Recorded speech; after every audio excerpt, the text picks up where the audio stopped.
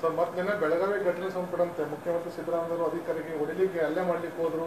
ಒಬ್ಬ ಸರ್ಕಾರದ ಮುಖ್ಯಮಂತ್ರಿಯಾಗಿ ಅಧಿಕಾರಿಗಳನ್ನ ಬಹಿರಂಗವಾಗಿ ಸಾರ್ವಜನಿಕ ಮುಂದೆ ಕರೆಸಿ ಅವಮಾನ ಮಾಡುವಂಥದ್ದು ಯಾವ ರೀತಿ ಸಂದೇಶ ಕೊಡುತ್ತೆ ಅಂತ ಚರ್ಚೆ ಆಗ್ತದೆ ಸರ್. ಬಿಜೆಪಿ ರಾಜೀನಾಮೆ ಕೊಡಿ ಮುಖ್ಯಮಂತ್ರಿ ಹೇಳ್ತಿದ್ದಾರೆ.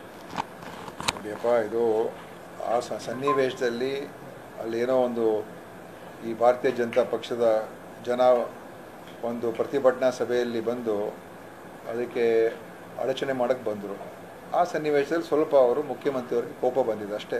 ಯಾಕೆ ಇವರೆಲ್ಲ ಬಂದರು, ಈಗ ನಾವು ಕೂಡ BJP ಎಲ್ಲ ಫಂಕ್ಷನ್ಸ್ಗೂ ನಾವು ಕೂಡ ನುಗ್ಸೋಣ ಅಷ್ಟೇ, ಜನರನ್ನ ತೊಂದರೆ ಕೊಡೋಣ, ಅದಾಗಬಾರ್ದಾಗಿ ಒಂದು ಸ್ವಲ್ಪ ಅಲ್ಲಿ ಅದನ್ನು ಆಗದೇ ಇರೋ ಥರ ನೋಡ್ಕೋಬೇಕಾಗಿತ್ತು ಅಂತ ಕೂಡ ಅವ್ರ ಮನಸ್ಸಿಗೆ ಬಂತು ಅಷ್ಟೇ. ಅವರೇನು ಬೇರೆ ಏನೇನಿಲ್ಲ ಅಂದರೆ ಸರ್ ಆ ಥರ ಒಬ್ಬರು ರಾಜ್ಯದ ಮುಖ್ಯಮಂತ್ರಿಗಳು ಅಧಿಕಾರಿ ಮೇಲೆ ಕೈ ಎತ್ತುವಂತಕ್ಕೆ ಅದನ್ನು ಕಳ್ಕೊಂಡ್ರೆ ಯಾವ ಸಂದೇಶ ಹೋಗುತ್ತೆ ಅಂತ ನೋಡಿ.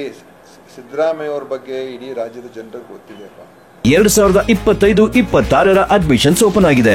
ನಿಮ್ಮ ಸೀಟ್ಗಳನ್ನು ಈಗಲೇ ರಿಸರ್ವ್ ಮಾಡಲು ಕರೆ ಮಾಡಿ 9900072632 ಅಥವಾ visit Saptagiri NPS university Bengaluru. ಆಯ್ತಾ, ಅವ್ರ ವಿಚಾರದಲ್ಲಿ ಯಾರೂ ಕೂಡ ತಪ್ಪಾಗಿ ಗ್ರಹಿಸೋದಿಲ್ಲ. ಅವ್ರು ಯಾವುದೇ ಒಂದು ಕೆಟ್ಟ ಉದ್ದೇಶದಂತೂ ಅದು ಮಾಡೋಕ್ಕೆ ಹೋಗಿಲ್ಲ. ಆ ಸಮಯದಲ್ಲಿ ಸ್ವಲ್ಪ ಅವರಿಗೆ ಒಂದು ಭಾವೋದ್ವೇಗ ಆಗಿರ್ತದೆ ಅಷ್ಟೇ. ಯಾಕೆ ಈ ಥರ ಎಲ್ಲ ಬಂದು ಡಿಸ್ಟರ್ಬ್ ಮಾಡ್ತಾ ಇದ್ದಾರೆ ಅಂತ. ಅಷ್ಟಕ್ಕೇನೆ ಇಷ್ಟೆಲ್ಲ ದೊಡ್ಡ ಒಂದು ಚರ್ಚೆ ಆಗುವಂಥದ್ದು ಏನು ಅಗತ್ಯತೆ ಇಲ್ಲ. ಸಿಎಂ ಆಗಿ ಇಗ್ನೋರ್ ಮಾಡೋದು ಇಷ್ಟು ಅದಕ್ಕೆ ಅನುಭವದಲ್ಲಿ ಸಿಟ್ಟು ಮಾಡ್ಕೊಂಡು ಅಧಿಕಾರಿಗಳು ಮನುಷ್ಯನಿಗೆ ಸಿಟ್ಟು ಬರ್ತದಪ್ಪ. ಸಿಟ್ಟು ಬರೋದಿಲ್ವ ಮನುಷ್ಯನಿಗೆ? ಸಿಟ್ಟು ಬರ್ತದೆ, ಒಂದ್ಸಲ ಬರ್ತದೆ, ಏನೂ ಮಾಡೋಕ್ಕಾಗಲ್ಲ, ಬರ್ತದೆ. ಅದೇ ದೊಡ್ಡ ತಪ್ಪು ಅಂತ ಹೇಳೋಕ್ಕಾಗ್ತದ?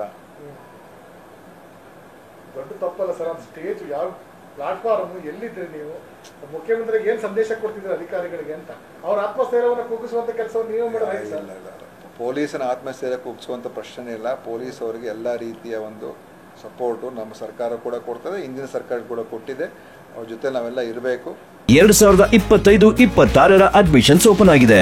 ನಿಮ್ಮ ಸೀಟ್ಗಳನ್ನು ಈಗಲೇ ರಿಸರ್ವ್ ಮಾಡಲು ಕರೆ ಮಾಡಿ 9900072632 ಅಥವಾ visit Saptagiri NPS university Bengaluru. ಅದ್ರ ಬಗ್ಗೆ ಎರಡು ಮಾತಿಲ್ಲ. ಅದೇ ಒಂದೊಂದು ಸಂದರ್ಭದಲ್ಲಿ ಕೆಲವು ಘಟನೆಗಳಾಗುತ್ತೆ. ಅದೇ ದೊಡ್ಡದಾಗಿ ತೊಗೊಳಕ್ಕೆ ಹೋಗಬಾರ್ದು. ಯಾರು ಕೂಡ ತಪ್ಪಾಗೂ ಅದನ್ನು ಅನ್ಕೊಂಡಿದ್ದೀನಿ. ಅವ್ರಿಗೂ ಕೂಡ ಅರ್ಥ ಆಗ್ತದೆ ಯಾವುದೋ ಒಂದು ಸಂದರ್ಭಕ್ಕೆ ಆ ಥರ ಆಗಿದೆ ಅಂತ.